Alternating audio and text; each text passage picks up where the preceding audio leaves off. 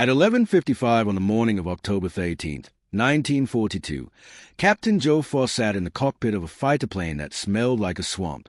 The air on Guadalcanal was heavy, feeling less like air, more like a hot, wet blanket wrapped around your face that smelled of rotting jungle vegetation, high-octane aviation fuel, and the unwashed bodies of thousands of Marines who hadn't seen a bar of soap in 2 months. Foss was sweating. The sweat ran down his back, soaking his flight suit and dripping off his nose onto the instrument panel, but he didn't wipe it away because his hands were busy checking the controls of a machine that shouldn't have been flying at all. The plane was a Grumman F4F Wildcat, which on paper was a United States Navy's frontline fighter. In reality, the specific plane Foss was sitting in was a wreck. The aluminum skin was patched with soup can metal where bullet holes had punched through the week before. The tires were worn bald. The engine coughed and sputtered like an old tractor left out in the rain. It rattled when it idled and leaked oil onto the runway. To the mechanics who worked on it 18 hours a day, it wasn't a weapon of war. It was a Frankenstein, a collection of spare parts flying in close formation. Foss looked out across the runway at Henderson Field, a generous name for a strip of dirt that looked more like a construction site abandoned halfway through the job. Bomb craters filled with mud dotted the field. Piles of wreckage were pushed to the side. The skeletons of other Wildcats that hadn't made it back lay scattered nearby. Everywhere there were Marines, skinny, uniforms hanging off their frames like scarecrows, sick with malaria and hungry. They were waiting for Tojo time.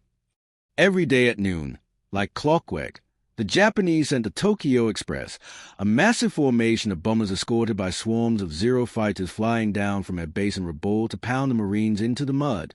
They arrived at the same time every day because they were arrogant. They knew the Americans couldn't stop them and that the Marines were trapped. The situation on Guadalcanal was a disaster. The United States Navy had dropped the Marines off on the island in August, but when the Japanese Navy arrived in force, the American aircraft carriers, afraid of being sunk, pulled back.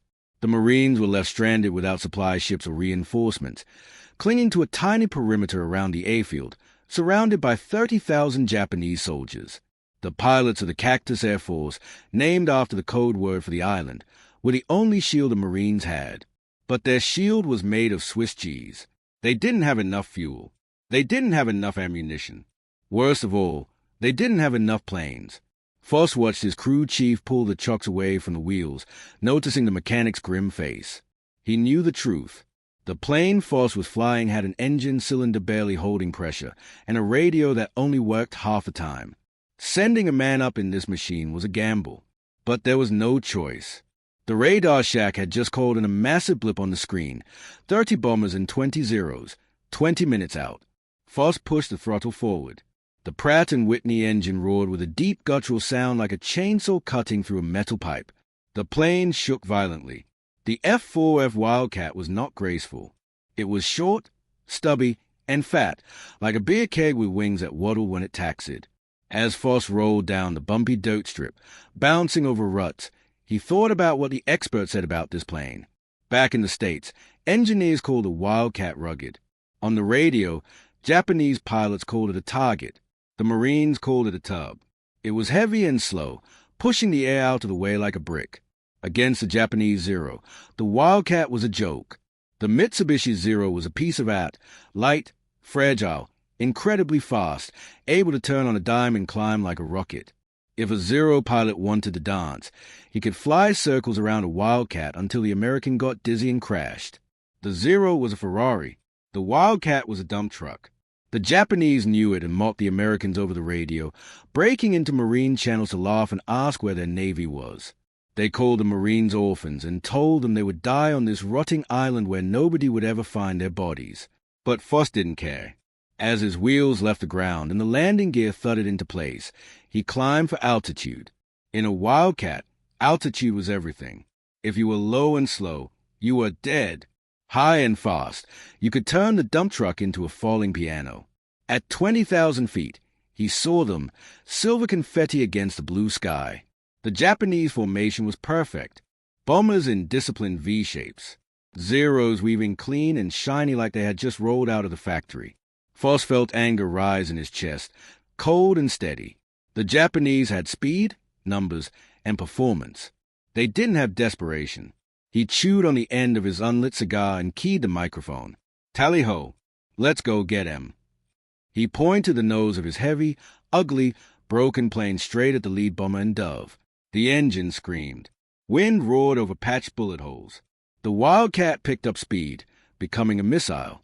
The Zeros opened fire head-on, expecting the American plane to disintegrate. They were used to planes made of wood and fabric that ripped apart like wet paper. But the bullets didn't rip the Wildcat apart. They bounced. The F4F was built like a safe, with hardened steel armor behind the pilot's seat. Foss could hear enemy rounds slamming into that steel plate like gravel on a tin roof. Loud, violent, useless.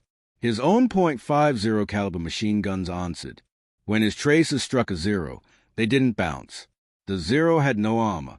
Foss's round soared through its wing spar. The Japanese fighter came apart in midair, turning into a cloud of burning gasoline. Foss flew through the debris. This durability was no accident. The mechanics at Henderson Field performed miracles with junk. If a plane came back with a shredded tail, they bolted on a tail from a crashed aircraft. Fuel tanks were self-sealing, lined with rubber that swelled shut when punctured. A Wildcat could take 30 bullets and keep flying. The Japanese called them Grumman ironworks. But armor wasn't enough. Tactics mattered. The Cactus Air Force abandoned classic dogfighting and invented the thatch weave. Flying in pays. When a Zero got on one Wildcat's tail, the American pilot would turn toward his wingman. The two planes crisscrossed like shoelaces, dragging the Zero across the guns of the second Wildcat. It was a trap. Up at 20,000 feet, Foss and his ragged flying circus tore the Japanese formation apart. Dive! Shoot! Zoom back up. Use weight in a dive. Never turn with a Zero. He blasted a Zero chasing a young lieutenant named Casey. Then he climbed again, engine temperature redlining, oil pressure dropping. The Frankenstein parts were tested, but the engine kept turning. He found a Betty bomber shaped like a cigar and poured ammunition into its wing until it caught fire and spiraled down. His fuel light flickered on, almost empty. The landing was the scariest part.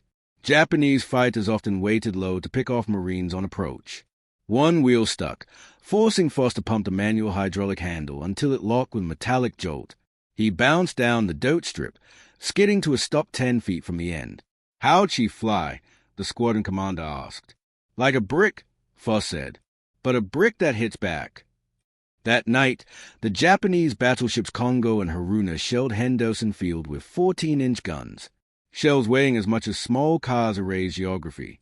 The ground shook like an earthquake. Fuel dumps exploded into mushroom clouds. By dawn, the airfield looked like the surface of the moon. Then radar pinged again. More bombers. More Zeros. Foss didn't wait for orders. He found a Wildcat that wasn't burning. Pilots siphoned gas from wrecks, scavenged bullets, hand crank starters. This wasn't a squadron launch. It was a junkyard gang heading into a street fight. 4 ragged Wildcats climbed against a sky full of enemy planes. Ignore the Zeros. Kill the bombers. Foss dove, building speed to 400 miles per hour. At 200 yards, he squeezed the trigger. The bomber's wing snapped off. It cartwheeled into the jungle. A Zero dove on him. Foss cut throttle and kicked the plane into a violent skid. The Wildcat slowed instantly. The Zero overshot. Foss poured fire into its tail. For the next hour it was chaos. Smoke trails. Tracers. Instinct. Eventually, his engine sputtered and died. He was 10 miles from the airfield in a plane that glided like a brick. He traded altitude for distance and barely made the runway, slamming down hard and skidding to a stop. Mechanics counted over 40 hits in his plane. By January 1943, Foss looked like a ghost. He had lost 30 pounds to malaria and jungle life. At 27, he looked 50.